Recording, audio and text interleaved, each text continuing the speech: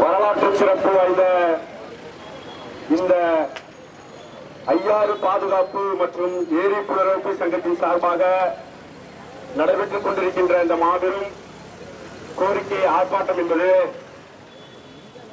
ஏதோ கார்பரேட் கம்பெனிகளுக்காக நடப்படக்கூடிய ஒரு ஆர்ப்பாட்டம் அல்ல.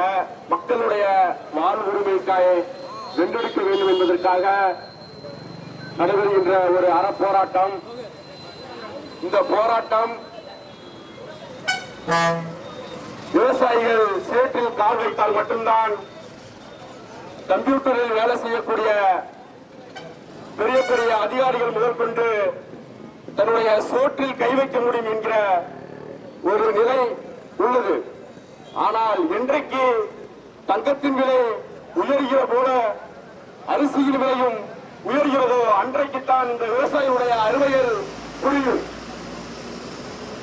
கடலில் இருந்து காவேரியில் இருந்து கடலில் கலக்கின்ற வீணாகக்கூடிய அந்த நீரை ஐயாற்றுடைய இணைக்க வேண்டும் என்று பல ஆண்டுகளாக போராடி கொண்டிருக்கின்ற ஒரு இயக்கம் இந்த ஐயாற்று பாதுகாப்பு சங்கம்.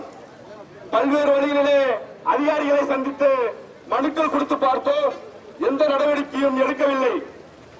அறவழியில் போராடி பார்த்தோம், எந்த வழியும் எடுக்கவில்லை.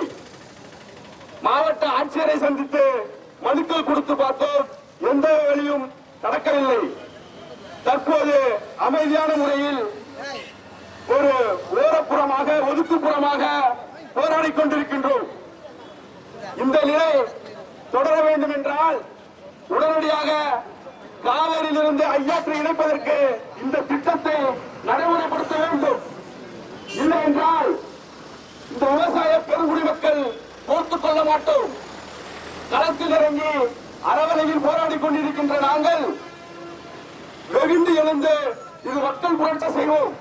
ஆகவே அரசு கவனம் ஈர்த்து இந்த திட்டத்தை நடைமுறைப்படுத்த வேண்டும் கேட்டுக்கொண்டு வாய்ப்பளித்த நல்லுள்ளங்களுக்கு என்றென்றும் இந்த இயக்கத்திற்கும் இந்த மக்களுக்கும் விவசாய பெருங்குடி மக்களுக்கும் நான் சார்ந்திருக்கிற விடுதலை சிறுத்தைகள் கட்சி என்றென்றும் ஆதரவாக இருப்போம் என்று சொல்லி இந்த நல்லதொரு வாய்ப்பு வழங்கிய அனைத்து நல்லுள்ளங்களுக்கும் நன்றி கூறி விடைபெறுகிறேன். நன்றி, வணக்கம்.